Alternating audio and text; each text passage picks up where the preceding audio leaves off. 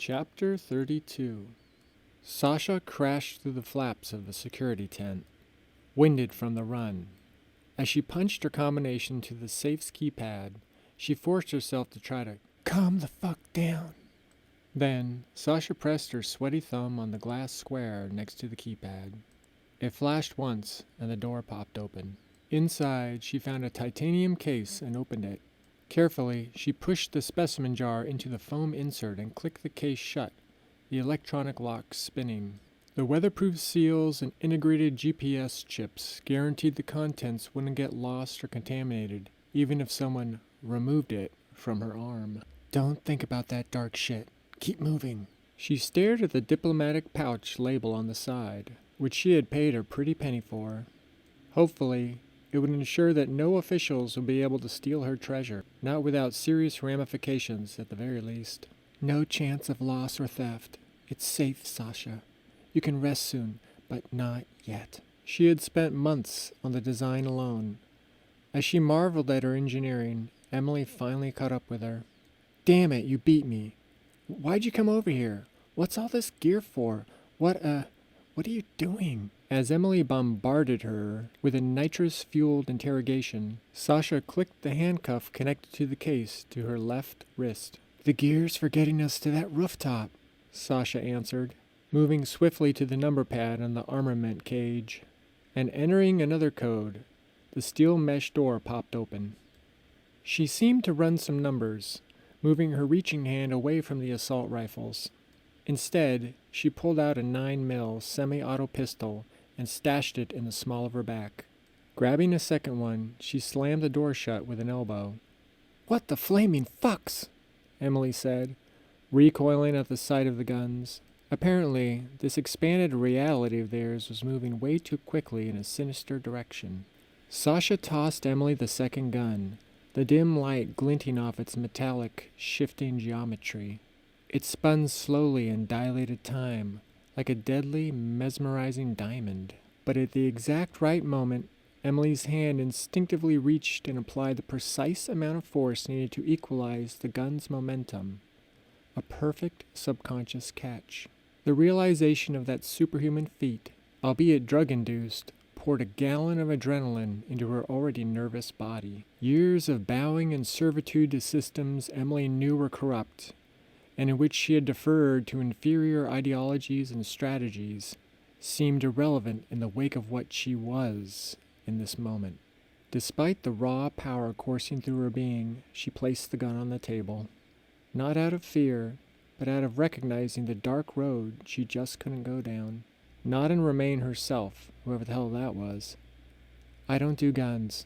That's not me. Sorry, I just can't. Sasha nodded silently in respectful understanding as she clenched her jaw. Emily was a gentle soul, which was the right choice for her. Sasha would need that gentle, reasonable presence in her life real soon. She knew that absolutely. It's just insurance, but yeah, okay, I get it. Sorry for assuming that you settled and forgotten. Now what?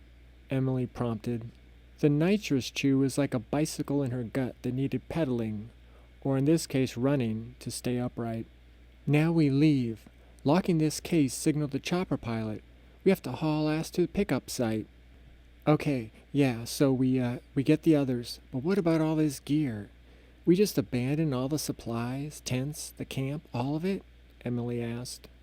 Everything was on fire crazy right now, but she had ethical principles even louder than Sasha's siren song, and her principles were concerned about all this stuff ending up as river trash. Forget all that. You and I need to get out of here right now, Sasha replied with a strange, paranoid look. Why? You're gonna leave Coraline, Harold, Evan, and Kelly? All the rest of the crew? That's fucked up. They have been working their asses off, you know. I mean, they... Sasha stepped to Emily, her patience wearing thin, and squeezed Emily's shoulder with her free hand. Look, this is it. Just like the space-time at the tree, understand? The probability field is collapsing, Em. It's relaxing back into non-emergent, native state. And before that happens, we need to leap onto that quantum train and ride it the hell out of Dodge. But, Emily protested weakly as tears ran down her face, She just wanted to love everyone right now, and the thought of divisions between any species, let alone fellow humans, filled her with existential angst. Emily, that mouse, the one I showed you all during orientation. Yes? Emily asked, her stomach aching from far too many chews and revelations for one day. I bought him a week ago. There was no jackpot. This is the jackpot, okay? Sasha said, holding the case above her sweaty, frustrated head. You felt what the 9 can do, right? Just imagine what the 10 can do for us, the whole world. This isn't about life extension. All of this is way more important than that. It's about life enhancement. Another lie, Emily said in a neutral, emotionless tone. The happy elements of the run to the tent were gone, leaving only confusion, anger, disappointment, and self-pity. Listen, look at me, Em. Come on, please. Reluctantly, Emily made eye contact. With an eerie stare, Sasha seemed to be invading Emily's mind, ransacking her subconscious, searching for an inevitability, a switch. As she saw her face mirrored in Sasha's corneas, the drugs moved inside her. Entering another peak, Emily's egoic self began falling apart, the threads that held her identity together dissolving. Just as she was about to melt like ice cream in a, jungle, the sound of helicopter passing overhead snapped her back to the moment. Sasha released Emily's shoulder and relaxed her stance, prepared to wait forever. Let the jungle grow around, over, and into them if necessary.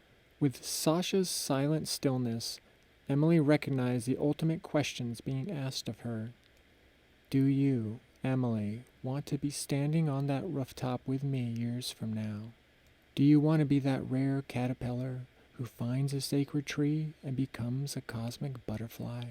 Well, hell, let's go then, Emily finally stated, arms falling to her sides in acquiescence. Ha! Then go we shall, Sasha bellowed as she smacked Emily's shoulder.